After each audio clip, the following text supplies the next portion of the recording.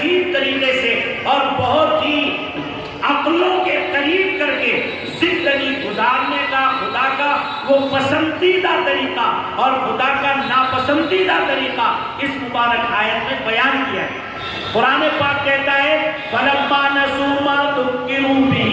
فَتَحْنَا عَلَيْهِمْ أَبْوَابَ كُلِّ شَيْءٍ حَتَّى إِذَا فَرِحُوا بِمَا أُوتُوا أَخَذْنَاهُمْ بَغْتَةً فَإِذَا هُمْ مُبْلِسُونَ۔ اے لوگو، ہماری سنت اور طریقہ کار یہ ہے، پہلے ہم اللہ کے اپنے تعارف کی، اپنی قدرت کی، اپنی خالقیت اور مالکیت کی سارے دلائل انسانوں کے سامنے پیش کرتے ہیں۔ کبھی وہ انبیاء کے واسطے سے ہوتا ہے، کبھی وہ صحابہ کے واسطے سے، کبھی تابعین کے واسطے سے، کبھی اولیاء اللہ اور علماء کے واسطے سے ہوتا ہے، اور ہم اپنے دلائل قدرت کو اس دنیا میں بسنے والے انسانوں کے سامنے پیش کر دیتے ہیں۔ لیکن جب ان کی نظروں پر کالا چشمہ آ جاتا ہے، جب ان کے کانوں پر پردہ آ جاتا ہے، اور جب ان کی عقلیں زنگ آلود ہو جاتی ہیں، اور جب ان کی زبانیں گم ہو جاتی ہیں، حق بات کو بولنے سے، حق بات کو سننے سے، حق بات کو سمجھنے سے، اور حق بات اور حق اور باطل کے درمیان میں تمیز کی صلاحیت سے، تو ہم پھر ان پر خوب نعمتوں کو کھولتے ہیں، مال و دولت کو کھولتے ہیں، جس سے وہ اور زیادہ پاگل اور ناشکرے، اللہ کے نافرمان اور مجرم بن جاتے ہیں،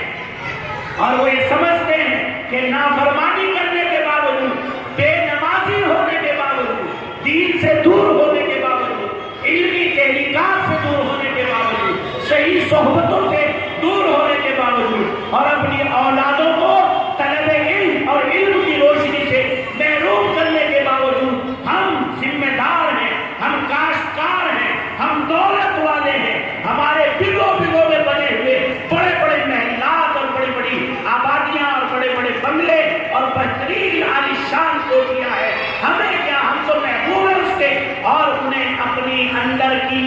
مایا کے لٹنے کا احساس ختم ہو جاتا ہے، اور ان کی اندر کی روحانیت برباد ہو چکی ہے، اس کا احساس ان کے دلوں سے نکل جاتا ہے، اور وہ اندر سے اپنا سودا روحانیت کا کاٹ چکے ہیں تار، اور انہیں مرضی مولا اور توفیق مولا میسر نہیں ہوگی۔ اس کا سلسلہ تو بہت پہلے تعلیمات ربانی کو بھلانے کی وجہ سے کٹ چکا ہے۔ تو آپ نے دیکھا ہوگا جب کسی عزل کے اندر ناسور ہو جائے اور وہ ڈاکٹر کے پاس پہنچے، ڈاکٹر نے کہا میاں یہ اتنی تیزی کے ساتھ پھیل رہا ہے، اگر اس ہاتھ کو کاٹا نہ گیا تو پھر آپ کے سارے بدن میں یہ ناسور پھیل جائے گا۔ تو سارے ورثہ بھی، سارے اس کے والی بھی، گھر والے بھی، ذمہ دار بھی، وہ خود بھی یہ کہتا ہے 1 منٹ سے پہلے میرے اس عزل فاسد کو کاٹ دو تاکہ میرا بدن محفوظ ہو جائے، اور وہ اس کو کٹوانا گوارا کر کے پھر کہتا ہے لاکھ کا شکر ہے۔ جو لوگ دیکھتے ہیں وہ بھی کہتے ہیں بھائی ہاتھ کٹ گیا کوئی بات نہیں، پورا جسم محفوظ ہو گیا، پورا جسم بچا ہوا ہے، اللہ کی تعریف ہے اس پر۔ تو قرآن پاک نے بالکل یہی صحیح عکاسی کی اور فرمایا فَقُطِعَ دَابِرُ الْقَوْمِ الَّذِينَ ظَلَمُوا وَالْحَمْدُ لِلَّهِ رَبِّ الْعَالَمِينَ۔ اے لوگو،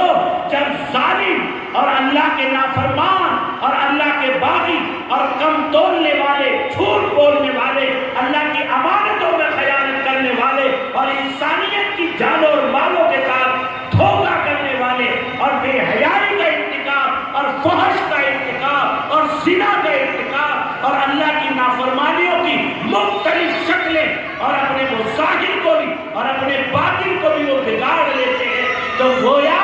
ایسا فاسد اور ایسا فساد اس دنیا میں پھیلاتے ہیں۔ حدیث شریف میں ہے من عصى اللہ فقد افسد فی الارض، جس نے اللہ کی نافرمانی کی گویا اللہ کی زمین میں فساد پھیلایا۔ تو گناہ کا نقصان دوستو صرف اپنی ذات کو نہیں ہے، نماز چھوڑنے کا نقصان صرف اپنی ذات کو نہیں ہے، چوری کرنے کا نقصان صرف اپنی ذات کو نہیں ہے، زنا کا نقصان اپنی ذات کو نہیں ہے، دوسرے کی آنکھ میں دھول جھونک کر اور اس کو بغاوت اور دھول جھونک کر اس کو دھوکہ دینا، اس کا نقصان صرف اپنی ذات